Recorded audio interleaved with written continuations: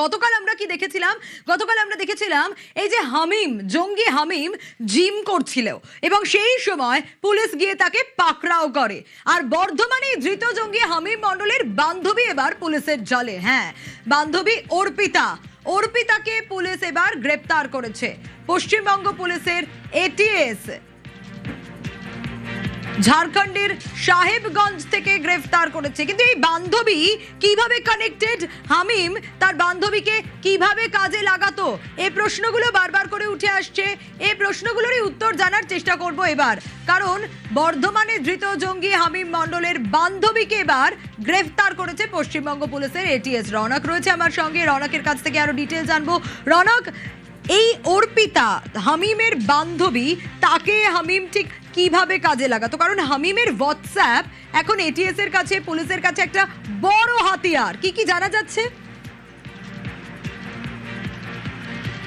দেখো, একেবারে হামিম মণ্ডলকে গ্রেফতার করার পর তার যে চ্যাট পুলিশ দেখতে পেয়েছে সমাজ মাধ্যমে, সেখানে এই অর্পিতা সরকারের নাম উঠে এসেছে এবং এই অর্পিতা সরকারকেই মূলত কাজে লাগানো হতো যে কারণে এই জঙ্গি নাশকতা বা গুপ্তচর ভিত্তিতে আমরা এর আগেও দেখেছি হানি ট্র্যাপ, অর্থাৎ এইরকম ভাবেই কারোর সঙ্গে সম্পর্ক স্থাপন করা বা এই অর্পিতা সরকারকে দিয়ে যে সমস্ত তথ্য হামিম চাইতো, তাকে যে নির্দেশ দেওয়া হতো সেখানে ব্যবহার করা হতো। অর্পিতা সরকারকে বিভিন্ন ধরনের একের পর এক অ্যাসাইনমেন্ট দেওয়া হতো এবং তারপরই কিন্তু এই মুখ্যমন্ত্রীর গতিবিধি থেকে শুরু করে আরও উচ্চপদে যারা ব্যক্তিত্ব রয়েছেন বা আধিকারিকরা রয়েছেন তাদের বিষয়ে জানার জন্য আরও ৩-৪ জনের সঙ্গে কথা বলার যে কাজ করতো, সেটা করতো কিন্তু এই অর্পিতা সরকার। অর্থাৎ এই হানি ট্র্যাপের বিষয়টা কিন্তু এর আগেও তুমি দেখেছো, বেশ কয়েকজন যখন জঙ্গিকে গ্রেফতার করা হয়, জাভেদ মুন্সিকে যখন গ্রেফতার করা হয়, তখনও কিন্তু এই বিষয়টি সামনে। রনক, একটু সঙ্গে থাকো, একটু দর্শকদের আপডেট দেওয়ার চেষ্টা করি। এই হামিম খুব অদ্ভুত ভাবে তার বান্ধবীকেও কাজে লাগাতো। কিভাবে কাজে লাগাতো? হোয়াটসঅ্যাপের মাধ্যমে। হ্যাঁ, খুঁটি নাটি সবকিছু এই বান্ধবীকে বিভিন্ন জায়গায় পাঠাতো। কি ভাবে হামিম কাজ করত, কিভাবে ছক কষেছিল, একটু জানবো রনকের কাছ থেকেই। রনক, একটু জানতে চাই, এই যে বিভিন্ন জায়গায় পাঠাতো বলে সূত্র মারফত খবর পাচ্ছি আমরা, তুমি যেমনটা বলছিলে যে জেরা করে বিভিন্ন মডিউলের খুঁটিনাটি বুঝে নেওয়ার চেষ্টা করছেন তদন্তকারীরা। এক্স্যাক্টলি ঠিক কি বুঝতে চাইছেন? হামিম কিভাবে কাজ করতো অর্পিতাকে দিয়ে? কারণ হামিমের নিজস্ব আরো অনেকেই তো ছিল, তার মধ্যে নিজের বান্ধবীকেও কাজে লাগাতো সে। দেখা, একেবারে হামিমের সঙ্গে বেশ কয়েকজন যুক্ত থাকার বিষয় সামনে আসছে। সেই জায়গা থেকে অর্পিতা একটা গুরুত্বপূর্ণ ভূমিকা, কারণ যে বিষয়টি জানা যাচ্ছে তাকে কাজে লাগিয়ে যে নির্দেশ হামিমের কাছে আসতো এই জৈশ-ই মোহাম্মদের গ্রুপের কাছ থেকে বা বিভিন্ন জঙ্গি সংগঠনের কাছ থেকে, সেই নির্দেশগুলো পালনের ক্ষেত্রে অর্পিতাকে ব্যবহার করা হতো এবং তার বান্ধবীকে দিয়েই কিন্তু বেশ কয়েকজন প্রভাবশালী অর্থাৎ প্রভাবশালী যারা রয়েছেন তাদের সঙ্গে তার এই বান্ধবী কথা বলতেন। যে সমস্ত অ্যাসাইনমেন্ট এই হামিমকে দেওয়া হতো, বান্ধবীর মাধ্যমে সেই অ্যাসাইনমেন্ট পূরণ করার চেষ্টা করতো হামিম। এই বিষয়টি যখন এসটিএফের হাতে আসে, তারপরই কিন্তু এই বান্ধবীর খোঁজে তল্লাশি অভিযান চালানো হয় এবং আজই তাকে গ্রেফতার করা হয়েছে। আমরা এসটিএফ সূত্রে জানতে পারছি আজকে তাকে আদালতে তুলে নিজেদের হেফাজতে নেওয়ার আবেদন জানানো হবে এবং শুধু তাই নয়, হামিম এবং তার বান্ধবী দুজনকে মুখোমুখি বসিয়ে জেরা করা হবে, কারণ এই মডিউলের পেছনে আরো বেশ কয়েকজন যুক্ত থাকতে পারে এমনটাই। একদম, এর সঙ্গে আরো অনেক বেশ কয়েকজন যুক্ত আছে তা বলার অপেক্ষা রাখে না। কিন্তু রনক, একটা বিষয় জানতে চাইবি যে ঝাড়খণ্ডের সাহেবগঞ্জ থেকে তাকে গ্রেফতার করা হলো, আসলে জানা যাচ্ছে কি অর্পিতা কোথাকার বাসিন্দা, কোথায় থাকতো, ঝাড়খণ্ডে কি চলে গেছিল নাকি ঝাড়খণ্ডেরই বাসিন্দা? দেখো, যেটা জানা যাচ্ছে অর্পিতা ঝাড়খণ্ডেরই বাসিন্দা। সমাজ মাধ্যম মারফত এই হামিমের সঙ্গে তার আলাপ হয়। বেশ কয়েক বছর ধরেই হামিমের সঙ্গে তার কথোপকথনের যে চ্যাট ডিটেলস তা ইতিমধ্যে এসটিএফ পেয়েছে। সেখানেই সন্দেহ জাগে যে কিছু কথাবার্তা বা কিছু চ্যাট দেখে দেখা যায় যে কিছু সংবেদনশীল কথাবার্তা দুজনের মধ্যে হয় এবং কিছু নেতা বা মুখ্যমন্ত্রী সম্পর্ক, তার গতিবিধি, এই সম্পর্ক তথ্য আদান প্রদানের বিষয়ে কিন্তু অর্পিতাকে ব্যবহার করা হতো। সেই জায়গায় দাঁড়িয়ে আসলে এদের কি ছক ছিল, যে নাশকতার ছক ছিল, তার পেছনে আরো বেশ কয়েকজন যুক্ত থাকতে পারে এবং সব থেকে বড় যে প্রশ্নটা উঠছে, কোন রকম কি স্লিপার সেল এখানে ছিল যা ওপর থেকে নির্দেশ দেওয়ার পর সেটা অ্যাক্টিভ হওয়ার সম্ভাবনা ছিল কিনা, এই বিষয়ে জিজ্ঞাসাবাদের জন্যই কিন্তু অর্পিতা এবং হামিমকে মুখোমুখি বসিয়ে এসটিএফের তরফ থেকে জেরা করার একটা বিষয় বিষয় সামনে আসছে। এবং শুধুই কি হামিম মণ্ডল, নাকি এর পেছনে বড় একটা কোনো র্যাকেট, যেটা তোমায় বলছেন স্লিপার সেল, তা রয়েছে? গোটা বিষয়টি খতিয়ে দেখা হচ্ছে। কারণ তোমায় জানাবো, সম্প্রতি গত 2-3 মাস ধরে এই সাজ্জাদ বাট ঘনিষ্ঠ বা তার সহযোগী, তার যে জৈশ-ই মোহাম্মদের যে টিম, তার সঙ্গে যুক্ত থাকার অভিযোগে কিন্তু বেশ কয়েকজনকে গোটা দেশ জুড়ে গ্রেফতার করা হয়েছে উত্তরপ্রদেশ অ্যান্টি টেররিস্ট স্কোয়াডের তরফ থেকেও। এবং দেখা গেল গতকালই বেঙ্গল এসটিএফের যে অ্যান্টি টেররিস্ট স্কোয়াড, তার তরফ থেকে এই হামিম মণ্ডলকে গ্রেফতার করা হয়। এবং 24 ঘন্টা খাটতে না খাটতেই তার যে লিঙ্ক ধরে এই তার বান্ধবী, তাকেও গ্রেফতার করা হয়েছে। একেবারে তার বান্ধবীকে সে বেশ ভালোভাবে কাজে লাগাতো এবং দুজনকে মুখোমুখি বসিয়ে জেরার সম্ভাবনা।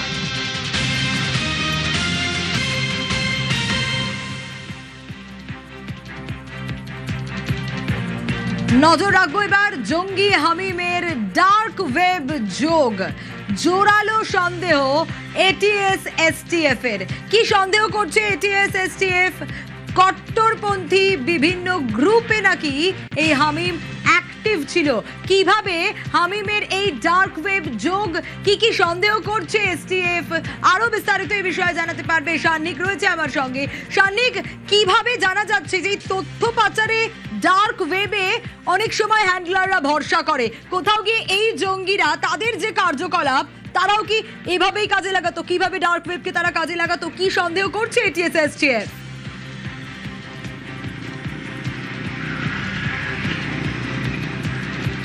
দেখো, এখনো পর্যন্ত যেমনটা তারা জানতে পেরেছেন, পুলওয়ামার ঘটনার পর থেকে যখন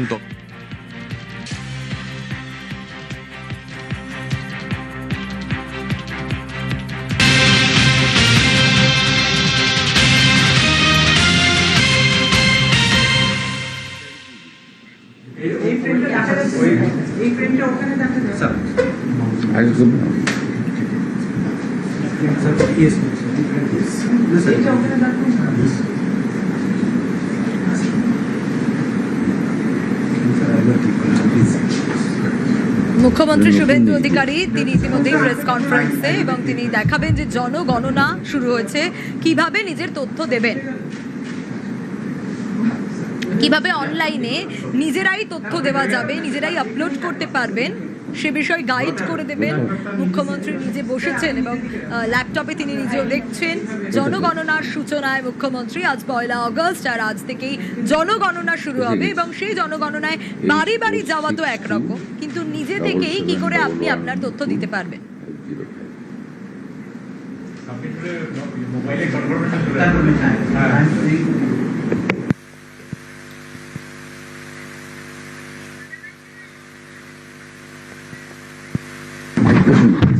কিভাবে আপনি আপনার নিজের তথ্য আপলোড করতে পারবেন সেই বিষয়ে গাইড করবেন মুখ্যমন্ত্রী এবং ইতিমধ্যেই তিনি বসেছেন প্রেস কনফারেন্সে। তিনি সকলের উদ্দেশ্যে এই বার্তা দেবেন।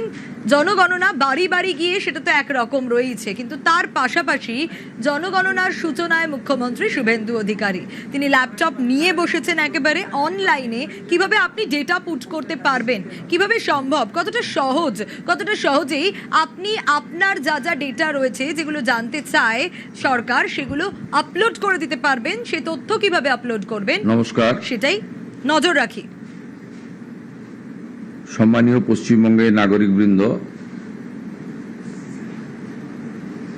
আমি একটু আগেই আমাদের 16তম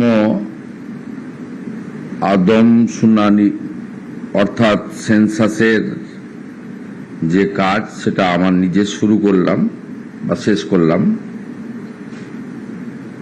এবারের সেন্সাসে দুটি গুরুত্বপূর্ণ বিষয় আমরা সবাই জানি। 100% ডিজিটাল সেন্সাস হচ্ছে,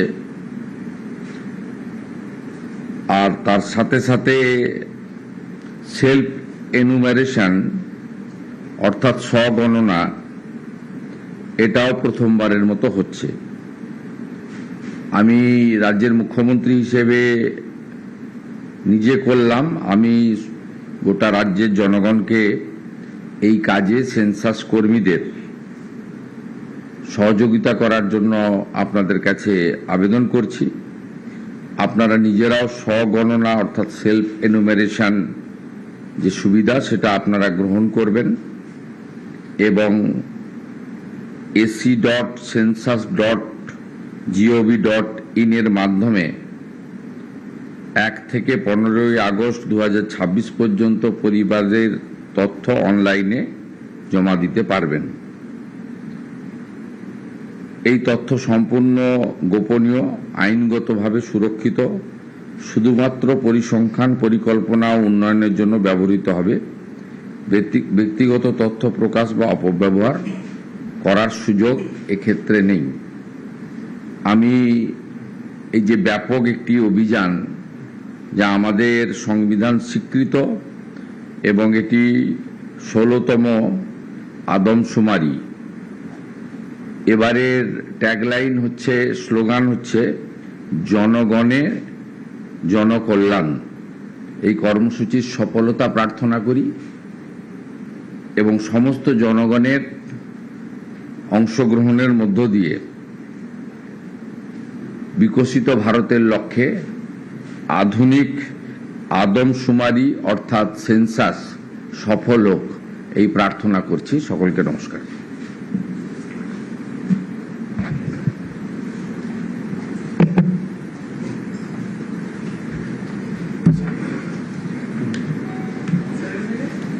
জনগণনার সূচনায় মুখ্যমন্ত্রী এবং তিনি নিজে বললেন, তিনি ল্যাপটপ নিয়ে বসেছিলেন, তিনি নিজে প্রথম করলেন ফর্ম ফিল আপ, এনুমারেশন এবং 100% ডিজিটাল জনগণনা। এবার আপনি নিজেই করতে পারবেন, নিজেই পুট করতে পারবেন এবং মুখ্যমন্ত্রীর তরফ থেকে জানানো হলো যে কিভাবে সেলফ এনুমারেশন করা সম্ভব। যে রাজ্যের বাসিন্দা সেই রাজ্যটা সিলেক্ট করতে হবে। আমরা আবারও নজর রেখেছি ইতিমধ্যেই 100% ডিজিটাল জনগণনা। এবার আপনারা নিজেরাই পারবেন। 133তম জনগণনার কাজ আজ 1 আগস্ট 2026 শুরু হলো।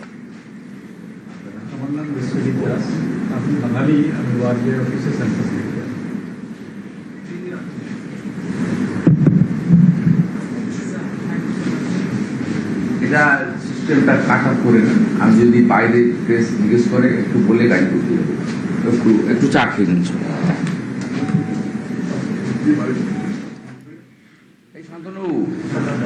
মুখ্যমন্ত্রী নিজেও সেলফ এনুমারেশন করলেন এবং তিনি বললেন যে আমি নিজেও সেলফ এনুমারেশন করলাম। খাগড়াগড়ের জেলায় ফের জালে জঙ্গি, অভিজাত আবাসনে হামিম মণ্ডলের ডেরা। আবাসনের নিরাপত্তা নিয়ে প্রশ্ন আবাসিকদের।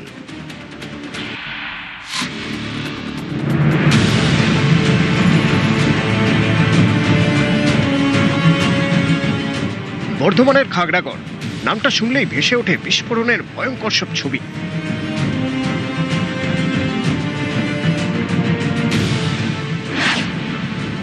সেই খাগড়াগড় থেকে 2 কিলোমিটার দূরে নবাবহাটের রেনেসা টাউনশিপ। এই রেনেসা টাউনশিপ থেকে বৃহস্পতিবার গ্রেপ্তার করা হয় জঙ্গি হামিম মণ্ডলকে।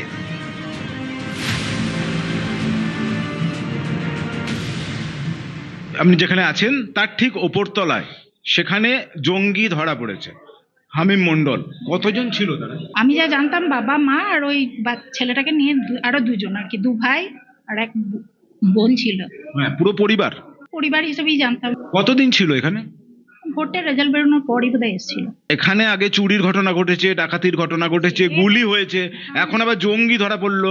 এখানকার নিরাপত্তা নিয়ে কি বলবেন? নিরাপত্তার গাফিলতি আছে এটা, এবং এমন একটা জায়গা কলকাতার দিকে, আপনার দুর্গাপুর, যেদিকে খুশি পালিয়ে যাওয়ার রাস্তাটা খুব বিশাল। এখানকার বাসিন্দা হিসাবে এটাই বলবো যে আমরা ভয়ে আতঙ্কিত। আমরা না, নিরাপত্তা নিয়ে তো খুবই চিন্তিত। এটা তো আমরা 1000বার বলবো, ভালো স্টেপ নেওয়া উচিত। রেনেসা টাউনশিপ বর্ধমান শহর লাগোয়া অভিজাত আবাসন। কয়েক হাজার ফ্ল্যাট রয়েছে এই আবাসনে। এই টাউনশিপের অবস্থান খুব গুরুত্বপূর্ণ। 19 নম্বর জাতীয় সড়ক ঘেঁষা রেনেসা। কলকাতা থেকে জাতীয় সড়ক ধরে যাওয়া যায় পানাগড়, দুর্গাপুর, আসানসোল, ধানবাদ। এমন একটি অভিজাত আবাসনের নিরাপত্তা নিয়ে বারবার প্রশ্ন উঠেছে। এর আগে রেনেসায় ডাকাতির মতো ঘটনাও ঘটে, এমনকি গুলি চলার ইতিহাসও রয়েছে। সেই আবাসন থেকে এবার জালে জঙ্গি। এখানেই অনেকের প্রশ্ন, এই হেন অভিজাত আবাসনে নিরাপত্তা নিয়ে এত ঢিলেমি কেন? ঘর ভাড়া নিয়ে একজন জঙ্গি থাকছে, অথচ কেউ কিচ্ছু টের পাচ্ছে না। স্থানীয়দের দাবি, দীর্ঘদিন ধরে তারা পুলিশ আউটপোস্টের দাবি জানিয়েছেন, কিন্তু কিছুই হয়নি। 19 নম্বর জাতীয় সড়কের পাশেই রেনেসা উপনগরী। আর এই বিশাল উপনগরীর জন্য একটা পুলিশ আউটপোস্ট বা একটা ফাঁড়ি তৈরির দাবি বাসিন্দাদের দীর্ঘদিনের, এবং এই যে জঙ্গি ধরা পড়ার পর সেই দাবি আরো জোরালো হচ্ছে। সবকিছু অ্যারেঞ্জমেন্ট করা আছে, ঘর হয়ে আছে, পুলিশ একদিন উদ্বোধনও হলো, তারপর হঠাৎ কেন বন্ধ হয়ে গেলো সেটা আর জানা নেই। এর আগে দেখবেন যে রেনেসা চুরি হয়ে যাচ্ছে, কখনো ডাকাতি হয়ে যাচ্ছে, তারপরে এই আজকের যে ঘটনা, এটা তো আরো একটা আতঙ্কের ব্যাপার। যেখানে দাঁড়িয়ে আছি এটা হলো রেনেসা উপনগরীর 3 নম্বর গেট দিয়ে ভেতরে ঢোকার রাস্তা। এখানে কিন্তু কোনো রকম কোনো গাড়ি থামিয়ে চেকিং বা কোনো রকম তাদেরকে তল্লাশি নেওয়ার কোনো ব্যবস্থাই কিন্তু এখানে নেই। মানে আপনারা কি যানজট সামাল দেন শুধু? হ্যাঁ, যানজট প্লাস যারা অচেনা ব্যক্তি যদি এসে আমরা আটকাই। কিন্তু এই তো আমি এতক্ষণ ধরে দাঁড়িয়ে দেখছিলাম যে একটা 4 চাকা যাচ্ছে, 2 চাকা যাচ্ছে, তো তাহার মধ্যে দিয়ে কি যাচ্ছে না যাচ্ছে। 4 চাকাটা তো ওইভাবে তো আমরা আটকাতে পারি না। এখানে হয়তো রেজিস্টার আছে, এগুলো ওয়ার্কিং যে কাজের মাসিগুলো সব যায়। কাজের মাসি যারা যাচ্ছে আসছে তাদের ওয়ার্ক যারা করছে তাদের নাম আছে, কিন্তু কোন গাড়ি যাচ্ছে না যাচ্ছে সেসবের না, কোনো না, কিছু না। হ্যাঁ, যতটা আমরা রেনেসার 3 নম্বর গেট দিয়ে ঢুকে যাওয়া যায় জঙ্গি হামিম মণ্ডলের ফ্ল্যাটে। মাস 3 আগে এই ফ্ল্যাটটি ভাড়া নেয় হামিম। রেনেসা উপনগরীর রোহিণী 9 যে টাওয়ার, তারই 3য় তলে এই যে একতা মেহতা আর H9/2B, এই ফ্ল্যাটেই থাকতো হামিম মণ্ডল।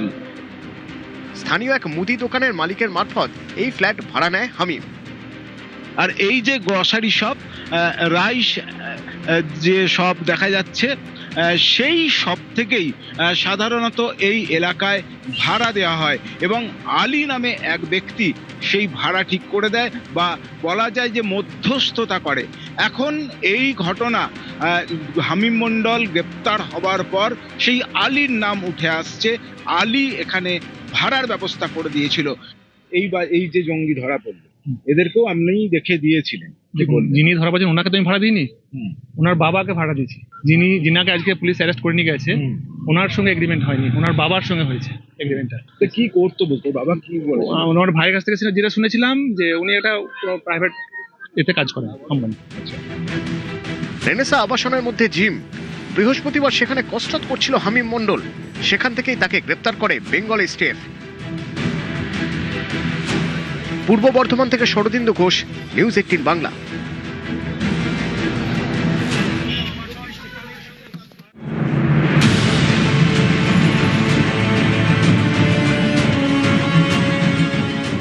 বর্ধমানের